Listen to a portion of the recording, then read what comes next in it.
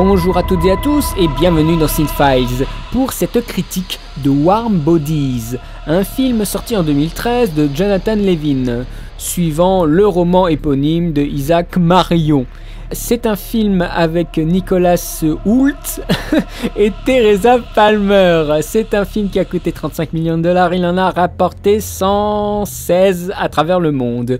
C'est un film qui dure 1h37 et qu'est-ce qui se passe dans ce film? Dans un monde apocalyptique qui oppose les zombies et les humains, il y a un zombie qui vit une relation amoureuse avec une humaine.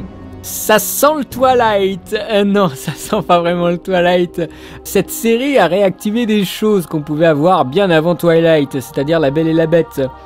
Mais ce qui ressemble à Twilight, c'est l'imagerie même et la campagne publicitaire qui était très semblable, mais l'interaction entre les deux dans le film est différente. Le film part dans une autre direction, avec une affaire de camp, très clairement, c'est Roméo et Juliette.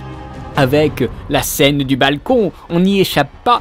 Alors c'est un monde apocalyptique qui se passe en grande partie dans un aéroport.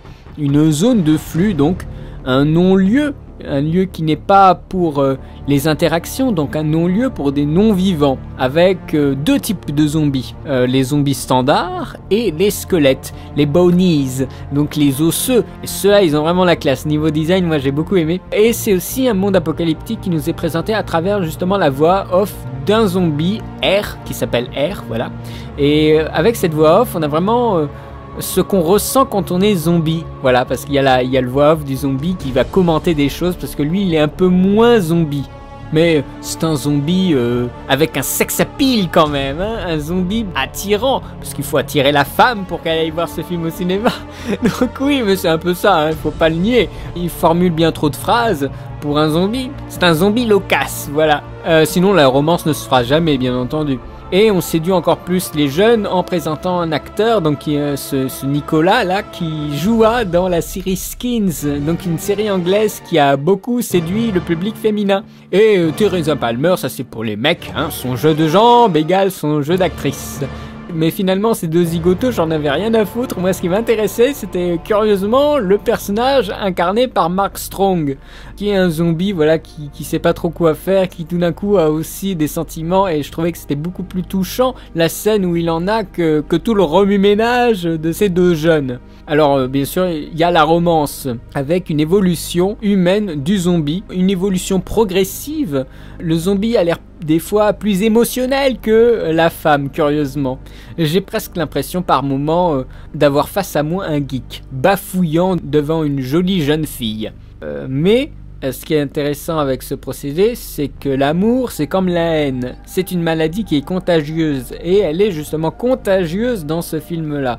Plus le zombie gentil, on va dire, aime, et bien plus cet amour va s'étendre auprès des autres, et les autres vont commencer à sentir des choses.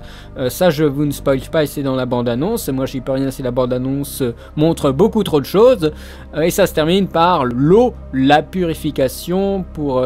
purifier justement cet être zombifique, cet être zombie qui va devenir un vrai petit garçon, comme Pinocchio qui va devenir un vrai humain, avec tout un système de flashback granuleux en 16 mm, mais en attendant, c'est vrai que c'est une tournure, c'est une mise en scène qui est très pudique, elle est un petit peu satirique, une très légère critique de la société dans un film de zombies, mais c'est vraiment un côté romantique et sirupeux qui prend la place, avec des fois un côté un peu amusant, surtout la voix off. La voix off joue beaucoup pour le comique. Mais avant tout, c'est quand même un film mainstream de zombies, avec tout ce qu'on a eu, Shaun of the Dead, Zombieland, et récemment World War Z.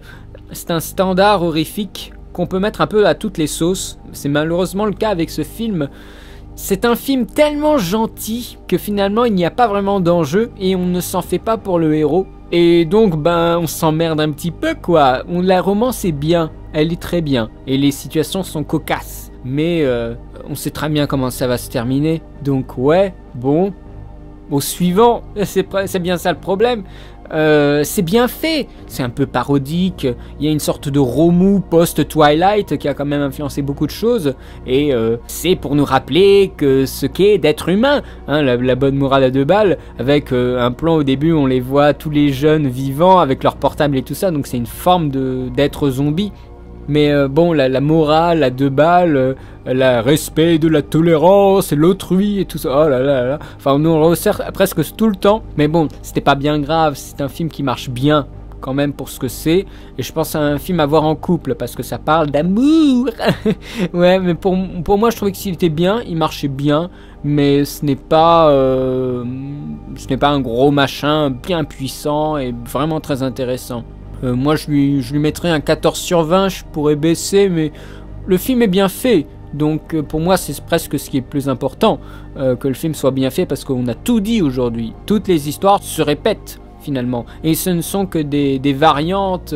À partir du moment où l'on rentre dans le jeu et qu'on le fait fi des entorses au sacro-saint des codes du zombie, du film du zombie, c'est-à-dire zombie qui court, zombie qui parle, dans ce film c'est un peu what the fuck, eh bien Warm Bodies est un film d'adolescence sympathique, avec une bande-son assez rock, qui renforce son côté rebelle, et il peut plaire aussi bien aux garçons pour ses scènes d'action, même s'il n'y en a pas tellement, qu'aux filles pour son côté romantique. Donc moi je vous le conseille, c'est un bon film, voilà, mais pour moi ce sera vraiment sans plus.